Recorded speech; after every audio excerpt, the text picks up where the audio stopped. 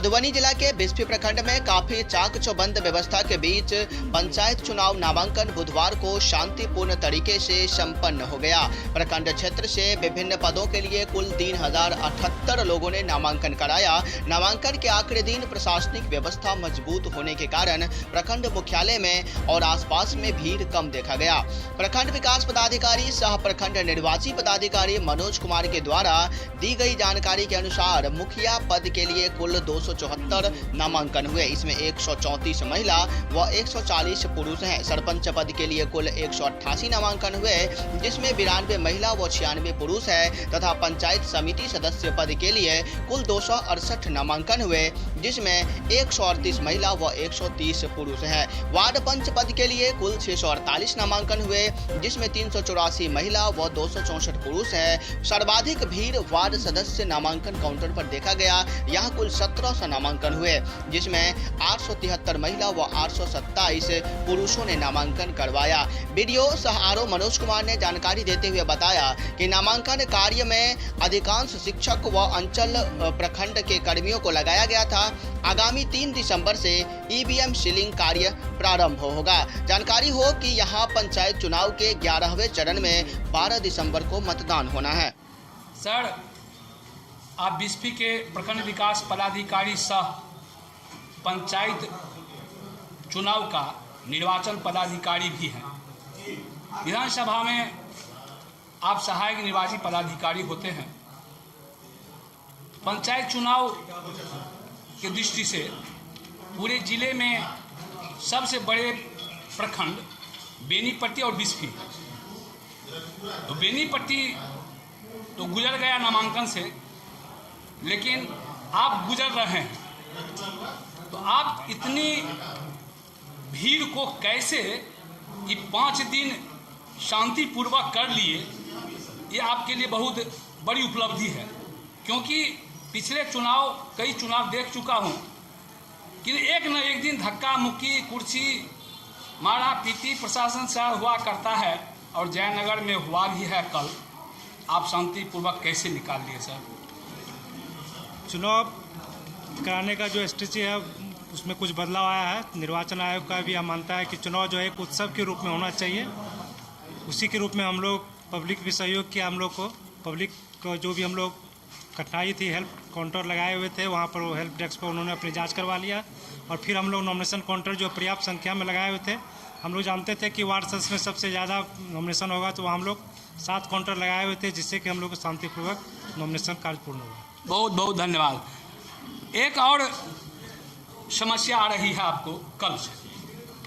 3200 आवेदन को जांच करना एक बहुत बड़ी कठिन समस्या होती है, लेकिन जानकारी प्राप्त है कि सही ढंग से आपके निर्वाचन कार्यालय के लोग हर फाइल का अलग अलग सिस्टम बना के किए हैं, इसीलिए ज़्यादा दुविधा होने की संभावना नज़र नहीं आ रही है। इसके बावजूद भी 3200 को आप कैसे सफ़र करेंगे कि नाम वापसी और सिंबल का यह जो कार्यक्रम का दौर है वह कैसे निपटेंगे आप?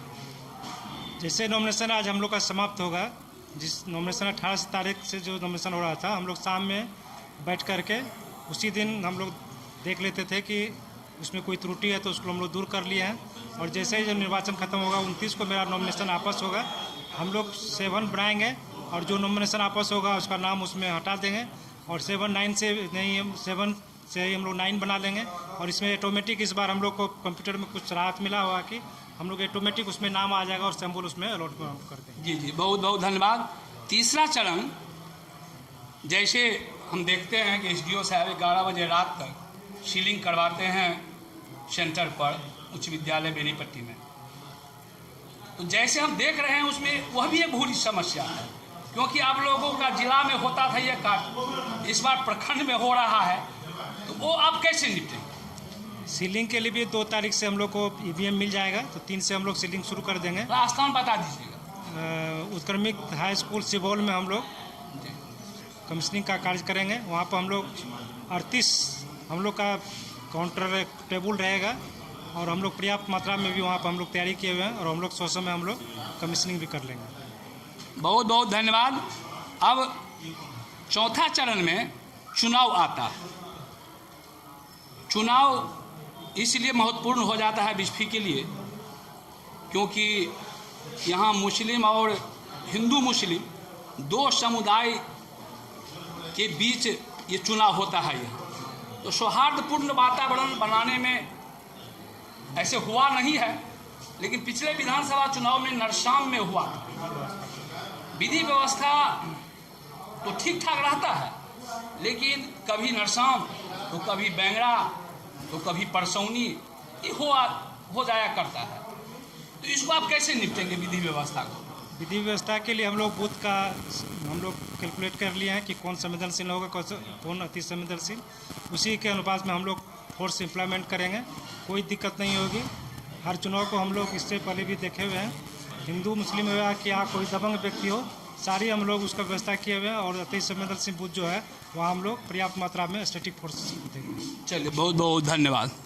चूँकि गिनती की प्रक्रिया जिला में होती है, हालांकि आप लोगों को काफ़ी भूमिका वहाँ रहती है प्रखंड का ही, लेकिन चूँकि जिला हावी रहता है उस सिस्टम पर, ताकि इधर से इधर नहीं हो, इसीलिए वहाँ की कोई बड़ी समस्या आप लोगों के लिए नहीं है। लेकिन तब भी कई प्रखंड में मतदान जो होता है उसमें हिसाब किताब में शायद प्लस माइनस में कहीं समस्या आ गई है। तो प्लस माइनस का जो ऑडिटर होगा, जो उसको माने जोड़ घटाव करेंगे, तो वो कैसा रखना चाहेंगे आप? उसमें ईवीएम से चुनाव कराने में सबसे जो सहूलियत है वह काउंटिंग में ही होता है।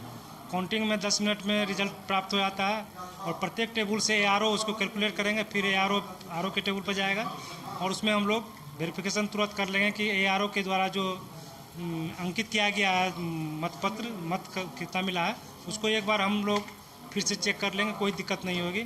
ईवीएम से मतगणना करना सबसे आसान काम है। बहुत बहुत धन्यवाद। तो ये है प्रखंड विकास पदाधिकारी SRO मनोज कुमार जी, जो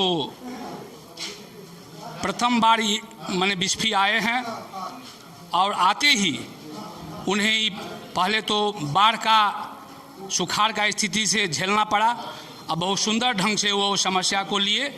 उसके बाद ये पंचायत चुनाव है। पंचायत चुनाव बड़ी सफलतापूर्वक इनकी क्रमबद्ध योजना के तहत, और इनकी जो सबसे बड़ी खासियत यह है कि इनके पास जो टीम सिस्टम है वह बहुत ही सुंदर है। इसमें अधिकांश शिक्षक लोग लगे हुए हैं और शिक्षक लोग इस कार्य को करने में बहुत ही सक्षम है।